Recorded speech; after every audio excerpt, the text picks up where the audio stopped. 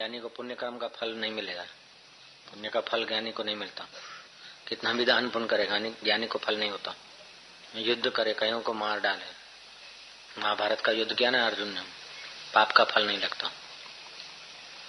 उसका सारा कर्म निष्फल हो जाता है ज्ञानी का। न पुण्य का फल मिलता है न पाप का फल मिलता है। ज्ञानी करता नहीं ना, चिन्मय तत्व चैतन्य को जान लिया है, इसलिए उसको कर्तृत्व भाव नहीं रहता, इसलिए उसको कर्म का फल नहीं होता। पुण्य का फल नहीं मिलता तो पुण्य क्यों करता है? पाप का फल नहीं मिलता तो पाप क्यों नहीं करता? मजे से पाप करे। पुण्य करने में तो खर्चा होता है, पाप करने में क्या? नहीं, ज्ञानी को पुण्य का फल नहीं मिलता, लेकिन वो ज्ञानी होने के पहले पुण्य करते करते वो ज्ञानी हुआ है, इसीलिए पुण्य कर्म करने की उसकी आदत है। पाप कर्म छोड़ा, पुण्य कर्म में प्रीति हुई और पुण्य ईश्वर अर्पण किया, तभी तो उसको ज्ञान में प्रवेश मिला, ज्ञानी हुआ, गुरु की कृपा हुई, ज्ञानी हुआ। जैसे पहलवान होता है ना, बूढ़ा हो जाए फिर चाहे कुश्ती न भी करे, फिर भी कहीं कुश्ती होती होगी तो देखने जरूर चला जाएगा। खाता कौन है वो ज्ञानी सब जानता। कोई जबरन भूखा रखे तो परेशानी होगी, देखो ऐसा ड्यूटी है, अभी तक खाया नहीं, रोटी नहीं मिलती, ये क्या धंधा, ये क्या नौकरी, ये क्या सत्संग, ये क्या संतपना। और अपने खुशी से करते तो कोई प्रॉब्लम नहीं। ऐसे अपने मन से कोई उपवास करता तो वांदा नहीं, और कोई खाना नहीं देवे तो ये कोई भाभी है, ये कोई माँ है, मेरे को खाना नहीं दी, भूखा रखा था। कब रखा था कि 2 साल पहले 2 साल पहले दिन भर मेरे को खाना नहीं दिया, शाम को इतनी पकौड़ी दी थी, और अपने आप नहीं खाए था कुछ नहीं। संत जन संसार समुद्र से पार के। समुद्र में गूंगे बहुत होते हैं, सीपें तो बहुत होती है, कोई कोई सीप में मोती होता है। ऐसे ही संसार में मनुष्य तो बहुत हैं, कोई कोई मनुष्य में ब्रह्म ज्ञान का मोती होता है। यह बात है, करोड़ों करोड़ में एक होता है ब्रह्म ज्ञानी। ब्रह्म ज्ञानी का दर्शन वड भागी पावे, साधारण भागी तो दर्शन भी नहीं कर सकता। ब्रह्म ज्ञानी को बल बल जाई। जिसको ब्रह्म ज्ञानी महापुरुष का शरण मिल गई, संग मिल गया, उसकी यमराज खुद सेवा करते। ब्रह्म ज्ञानी की मत कौन बखाने, नानक ब्रह्म ज्ञानी की गत ब्रह्म ज्ञानी जाने। वो दिखता है तो मनुष्य के रूप में, लेकिन अनंत ब्रह्मांडों में उसकी व्यापकता होती है। उसको कर्म का फल नहीं मिलता, फिर भी सत्कर्म करता रहता है। उसको कुछ चाहिए नहीं, फिर भी देता रहता है। जितने भी दया और सत्कर्म है, ये सब ज्ञानी के ही, परंपरागत ज्ञानी के ही चित्त से निकला है। ज्ञानी दयालुता की खान होता है, ज्ञान की खान, प्रेम की खान, आनंद की खान। जहाँ पीतल की खान होती है वहाँ फिर तांबे की नहीं होती, जहाँ तांबे की खान होती वहाँ चांदी नहीं मिलती, जहाँ चांदी होता है वहाँ सोना नहीं मिलता। लेकिन ज्ञानी के खान तो ऐसी कि सब कुछ ज्ञानी की खान में से मिलता है। यह बात है। सच्चा सूरमा तो ज्ञानी है, जिसने अंदर के अज्ञान को, काम विकारों को, लोभ को, मोह को, अहंकार को बाधित कर दिया। कृष्ण गोपियों के साथ नाच रहे हैं लेकिन अंदर में ऊंची स्थिति। राम राज्य कर रहे हैं लेकिन अंदर में ऊंची स्थिति। और अज्ञानी तो भीख मांगते तब भी अंदर में नीची स्थिति, राज्य कर रहे तो भी नीची स्थिति। चंदा की चांदनी से मनुष्य का मन शीतल होता है, ऐसे ही संतों के वचन से अंतःकरण शीतल हो जाता है। अंतःकरण की शीतलता बड़ी तपस्या का फल है। यज्ञ, व्रत, उपवास, भूखामरी 1000 वर्ष की कर ले, लेकिन ज्ञानी के दर्शन और सानिध्य से जो हृदय की शीतलता होती है वो तप करने से नहीं आती। तप करना तो अच्छा है, लेकिन फिर भी शारीरिक तप तो चिड़चिड़ियापन आ जाता। शास्त्र में लिखा है, मनुस्मृति में, कि क्रोध करने से पाप होता है। काम, क्रोध, लोभ, मोह, ये सब दोष हैं, लेकिन दंभ दोष जो है वो सबसे बड़ा भारी है। दंभ, ध्यान दंभ, जप दंभ, त्याग दंभ, वैराग्य दंभ, भक्ति दंभ, हमें નથી लेता। तप दंभ, दंभ से तो क्रोधी अच्छा है, दंभ से तो लोभी अच्छा, दंभ से तो मोही अच्छा। तो दिखेगा ना लोभी है, मोही है, और दंभ वाला तो ज्यादा ठगेगा। दंभ का बड़ा भारी पाप माना गया। मेरे को कोई पूछे, बापू आप, मैं खादी पहनता था पहले, बापू आप खादी ज पहनो छो ने? मैं कहा नहीं, हमको तो जैसा कोई श्रद्धा, जिसका तीव्र श्रद्धा वाली कोई वस्तु आती है तो हम ले लेते हैं। खादी हो, पॉपलिन हो, जो भी हो, सामने वाले का तीव्र संकल्प होता है तो चलो उसका स्वीकार कर लिया बस। हमारे को कोई नहीं, पर बापू हम आप खादी पहरो छो लागे अमने। मैं પહેરते। अरे के बापू तो पैसा ने अटता नहीं। मैं कहता कोने कीधું મૂકી જો ના हाल उठाड़ी गजवाम नाखो। पैसा ने अडवाથી मारो भगवान भागी जतो नहीं, एटला काचा भगवान पकड़्या ज नहीं। मैं ढोंग क्यों करना? पैसे को नहीं अटते, अटते लेते देते करते। दम क्यों करना? नहीं लेते तो नहीं लेते, जब मौज आए तो नहीं भी लेते। कोई गरीब गुरबा रखता तो मना कर देते, कोई चीचू मीचू करके रखता तो नहीं लेते। और कोई सेठ है और उसका बड़ा फायदा भी और नहीं रखता तो उसको टोकते भी कि पैसा भाड़े का नहीं तो हम देवे। फिर उसको याद आ जाता है कि रखना चाहिए, रखवा लेते।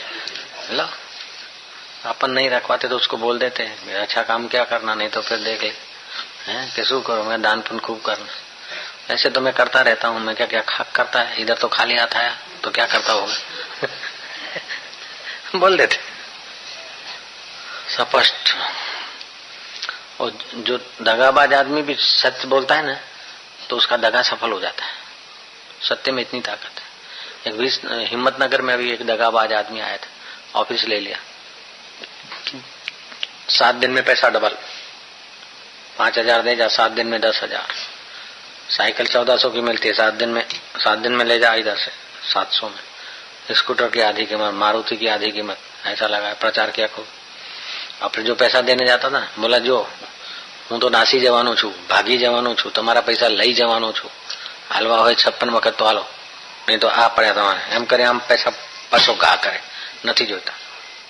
तमारी शंका कुशंका थती हो तो नहीं जोईता पैसा।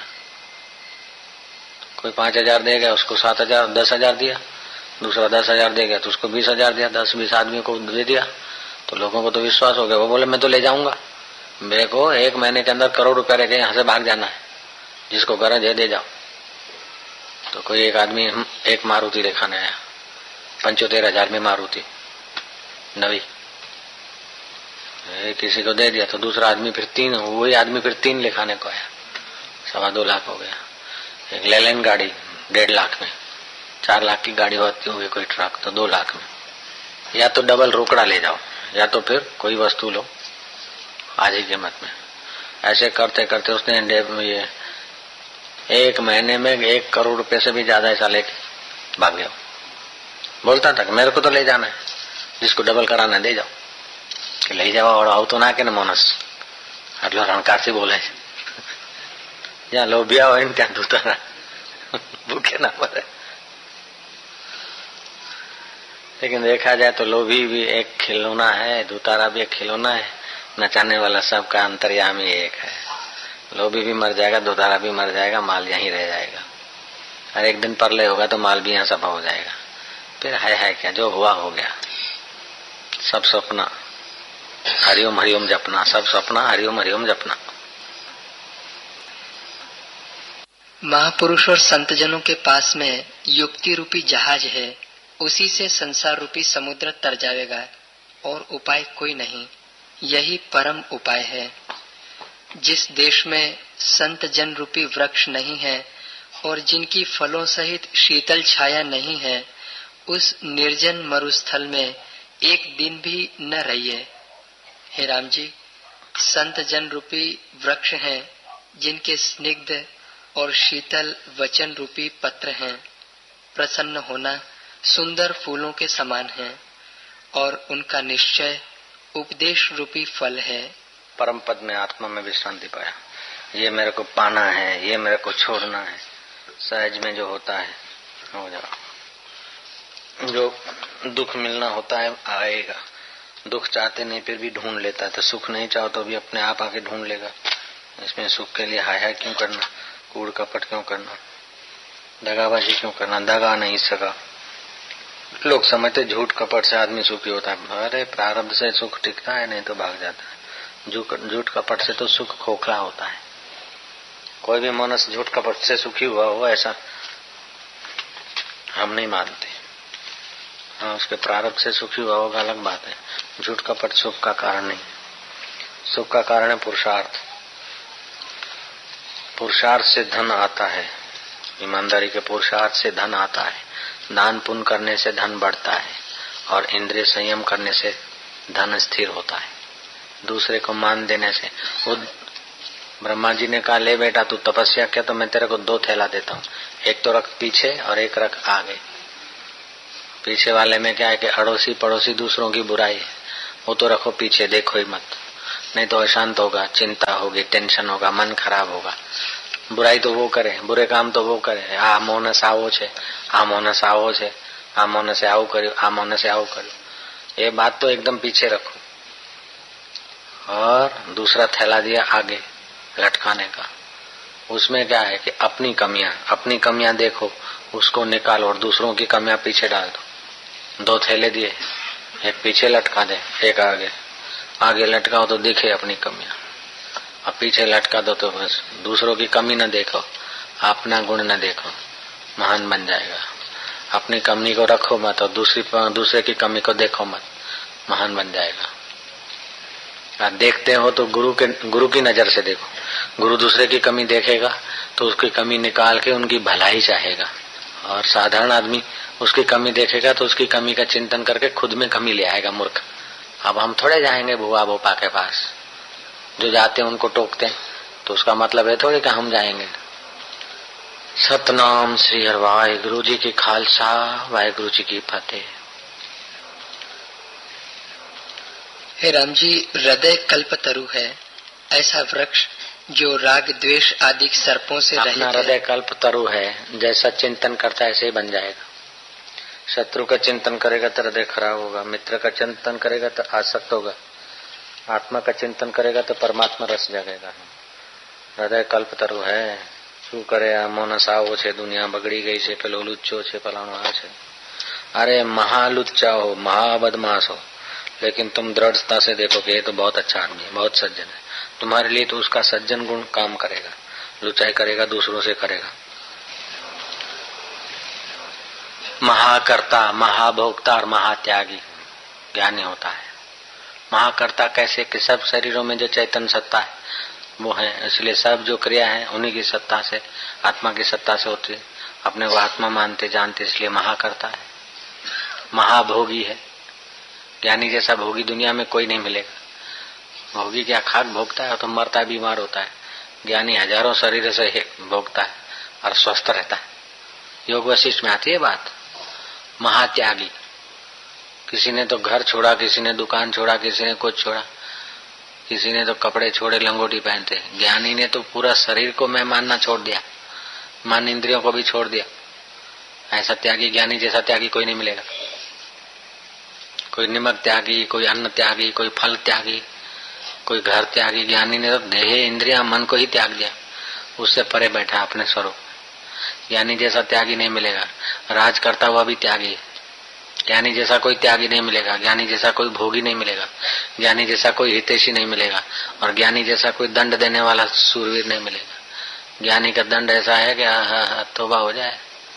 अगर कोई ज्ञानी को सता है और ज्ञानी के हृदय से उफ निकल जाए, पति गया, उसका खानदान नहीं चलेगा आगे। ऐसा दंड तो 302 वालों को भी नहीं मिलता। ऐसा होता है ज्ञानी का दंड। आकाश को भी ढांप के रहता है ज्ञानी। जैसे ये मंडप में फुग्गा है तो मंडप की विशालता के आगे फुग्गा क्या है, ऐसे ही ज्ञानी की व्यापकता के आगे आकाश भी कुछ नहीं। सूरज के वजन के आगे पृथ्वी का वजन कुछ नहीं, और पृथ्वी के वजन के आगे तुम्हारे घर का और टैंकर और ट्रैक्टर का वजन तो कुछ भी नहीं। हे राम जी, ज्ञानवान टैंकर और ट्रैक्टर के वजन के आगे चिड़िया का वजन कुछ भी नहीं, और चिड़िया के वजन के आगे बैक्टीरिया का वजन कुछ भी नहीं। एक मक्खी बैठी थी भैंसे के सींग पे, थोड़ी देर में दूसरे सींग पे बैठी। फिर मक्खी ने कहा कि भैया मैं बहुत देर से तुम्हारे सींग पे बैठी हूँ, आपको कष्ट होता होगा इसलिए मैं तुम सींग बदल रहे हो, माफ करना अभी थोड़ी देर में बैठ सकती हूँ।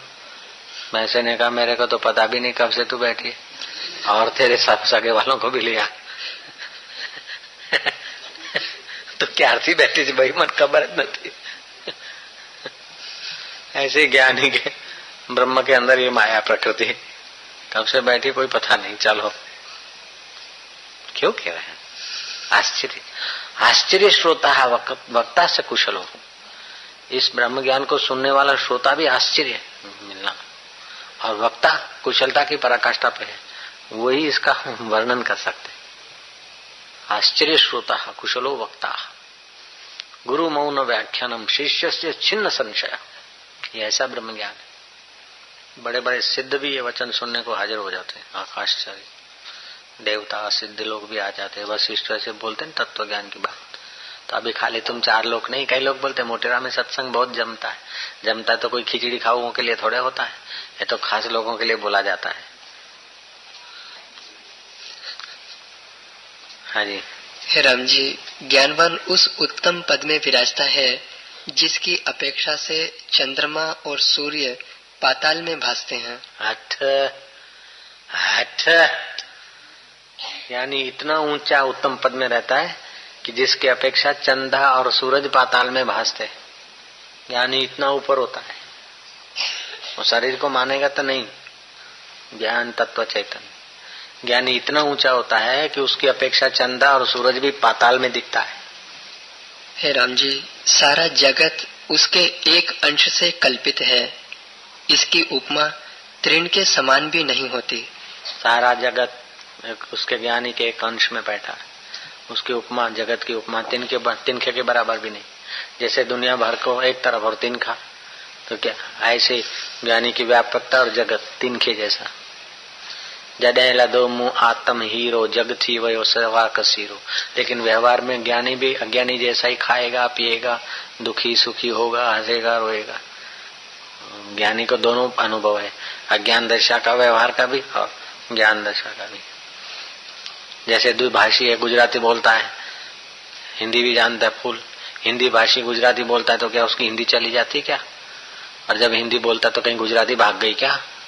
ऐसे ही अज्ञानी के जैसा खाएगा पिएगा तो उसका ज्ञान भाग गया क्या? और ज्ञान में रहेगा तो क्या उसका व्यवहार भाग जाएगा क्या? द्विभाषिया जैसा होता है ज्ञानी का अपना अनुभव। ताओं के पास जो अमृत है वो तो क्षीर समुद्र को मंथन किया उसके बाद निकला है, खारी जगह से निकला है। लेकिन संत के हृदय से जो परमात्मा भक्ति परमात्मा रस की बातें निकलती तो प्रेम से निकलती। राम जी बोलते हैं, गुरुवर आपकी वाणी अमृत से भी ज्यादा ऊंची, हृदय को शीतलता देती है। और चित्त की शीतलता बड़ी तपस्याओं का फल है, बड़े पुण्यों का फल है हृदय की शीतलता। चंद्रमा गौण शीतल है, वो हृदय की तपन नहीं मिटाता है। लेकिन संत का संग, संत की वाणी हृदय की तपन मिटा देती। पूछा गया कि असली अमृत कहाँ रहता है? किसी पंडित ने कहा राजा भोज को असली अमृत स्वर्ग में है। तो स्वर्ग का अमृत पीने के बाद देवताओं के पुण्य नष्ट होते हैं तो फिर मरते क्यों? दूसरे पंडित ने कहा असली अमृत नागों की मणियों से निकलता है, नागों के पास। तो नाग खुद जहरी कैसे? किसी सिखड़ पंडित ने कहा कि ललनाओं के होठों में मुस्कान में अमृत है। तो फिर ललनाएं क्यों मरती और उनके ललना के लाडले क्यों मरते हैं? आखिर कवि कालिदास को प्रणाम करते हुए राजा भोज ने पूछा कि हे गुरुवर आप ही बताइए असली अमृत का स्वरूप क्या है? स्वर्ग का अमृत तो मंथन से निकला है, खारे सागर से निकला है, असली अमृत कहाँ है? तब कवि कालिदास ने कहा कंठे सुधा वसति वही भगवत जना नाम। जो भगवत जन है, भगवत स्वरूप का अनुभव किया है, ऐसे जो आत्मवेता संत हैं, उनके कंठ में असली अमृत बरसता है। उनके कंठ से आने वाली वाणी हमारे पाप ताप को मिटाकर हमें प्रेम रस में डुबा देती। नानक ने कहा, नानक जी कहते ब्रह्म ज्ञानी की दृष्टि अमृत वर्षी।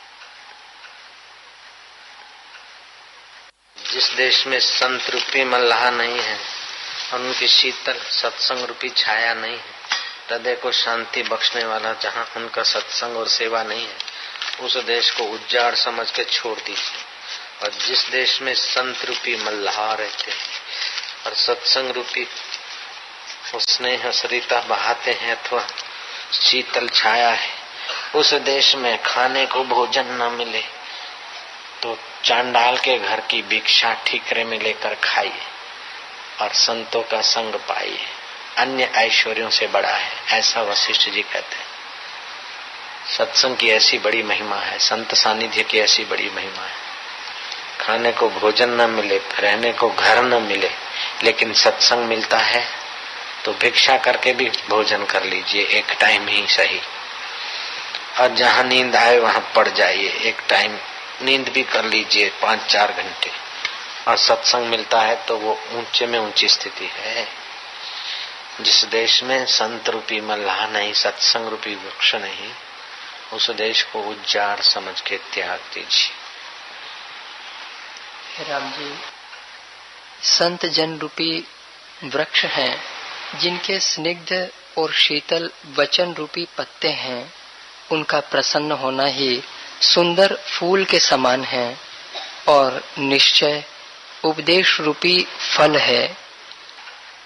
आत्मनिश्चय के जो किरण बहाते हैं वही फल है। जीवन का फल समझो, पुण्य का फल समझो, सत्कर्म का फल समझो कि संत का सानिध्य। पापी आदमी को संत का सानिध्य नहीं मिल सकता, मिले तो टिक नहीं सकता।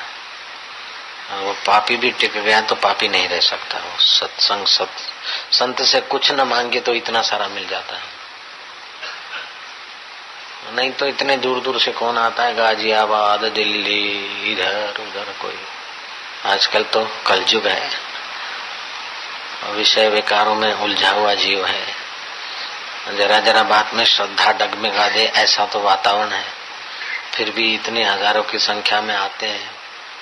प्रतिकूलताएं सह के भी मजा से रह लेते हैं और दिल में फरियाद नहीं, चेहरे पे शिकन नहीं और मन में खटकाव नहीं, बड़ा आनंद आता है।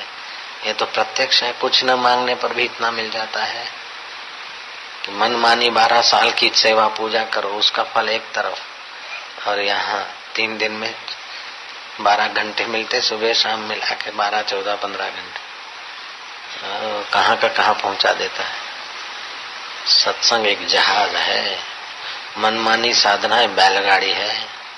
बैलगाड़ी में 12 साल बैठो और जहाज में 12 दिन ही बैठो, वो तो ऐसा जीवन में करके जाना चाहिए कि अपने पद चिन्हों पे दूसरों को सुख शांति मिले।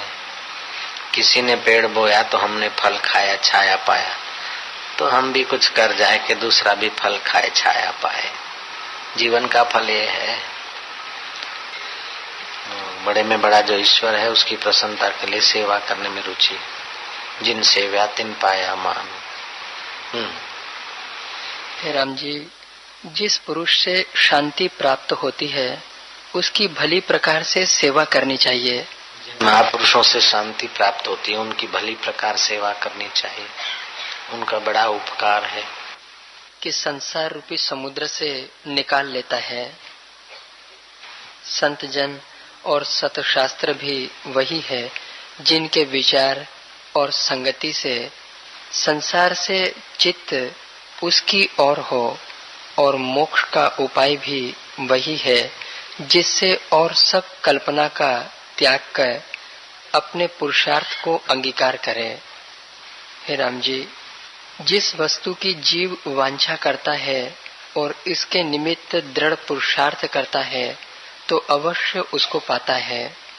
बड़े तेज और विभूति से संपन्न जो भी तुमको दृष्टि आता है और सुना जाता है वह अपने पुरुषार्थ से ही हुआ है, और जो महानिकृष्ट सर्प, कीट आदि तुमको दृष्टि आते हैं उन्होंने अपने पुरुषार्थ का त्याग किया है, तभी ऐसे हुए हैं।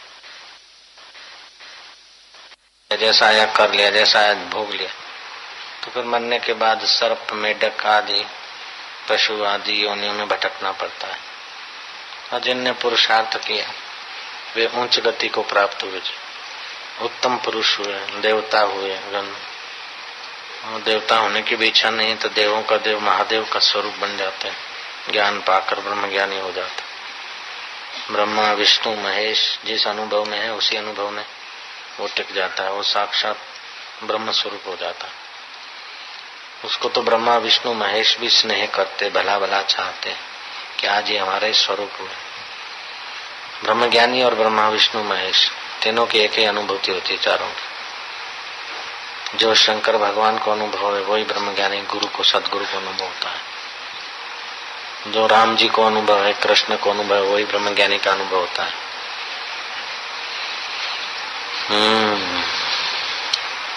राम जी, आत्मानंद ऐसा पद है जिसके आनंद की ओर ब्रह्मा विष्णु रुद्र आदि सभी ज्ञानवानों की वृत्ति सदैव दौड़ती है।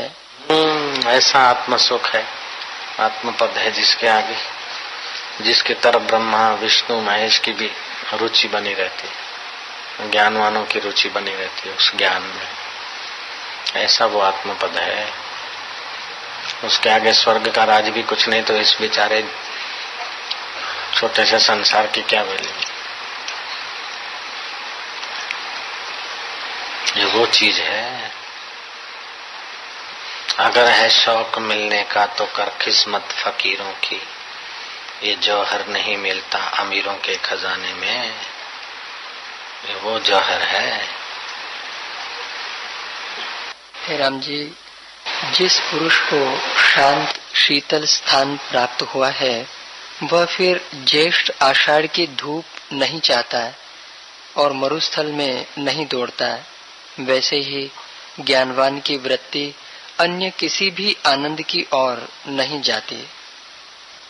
राम जी, मैंने निश्चय किया है कि तृष्णा का सा कोई ताप नहीं और अतृष्णा की सी शांति कोई नहीं। यदि कोई पुरुष परम ऐश्वर्य को प्राप्त हुआ हो पर उसके हृदय में तृष्णा जलती हो तो वह महाकृपण, दरिद्री और आपदाओं का घर ही है। और जो निर्धन दिखता हो परंतु उसके हृदय में तृष्णा न हो तो वह परम ऐश्वर्य से संपन्न और परम संपदा की खान के समान है।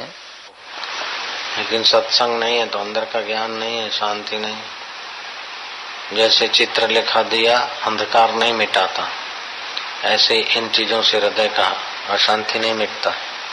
पंडित भी हो, विद्वान भी हो, लेकिन सदगुरु नहीं है, सतशास्त्र का ज्ञान नहीं है। पंडित और मसालची दोनों बूझे नाई, औरन को उजाला करे आप अंधेरे माई। औरों के लिए तो बड़े दिखते पंडित और मसालची, लेकिन औरों को आप अंधेरे में। ऐसा है। दुनियादारी का ज्ञान कितना भी हो जाए लेकिन अंदर का आत्मा का अनुभव नहीं तो अंधेरे में है। आत्मा अनुभव है तब कल्याण है। 3 मिनट के लिए भी उस आत्मा परमात्मा का साक्षात्कार हो जाए तो दोबारा जन्म नहीं होता। भाव प्रेम बढ़ाते बढ़ाते बढ़ाते एक दिन वो साक्षात्कार के नजीक आ जाता है। फिर गुरु कृपा करता, गुरु चाबी मारता था साक्षात्कार। नहीं तो कितना ही प्रेम प्रेम के नाम से लोग रोते धोते सिर पटकते, फिर थोड़ी देर में ऐसे कैसे हो जाते। ज्ञानी का तो ज्ञान समाधि है। ज्ञानी तो प्रेम का खान है, प्रेम का दाता है, सुख का दाता है, शांति का दाता है, आनंद का दाता है। कृष्ण ज्ञानी है, अज्ञानी थोड़े हैं। रामचंद्र जी ज्ञानी है, भगवान शिव तो सदा ज्ञान स्वरूप में समाधिस्थ है। ब्रह्मा विष्णु महेश राम कृष्ण आदि सब इस आत्मज्ञान के तरफ तल्लीन रहते।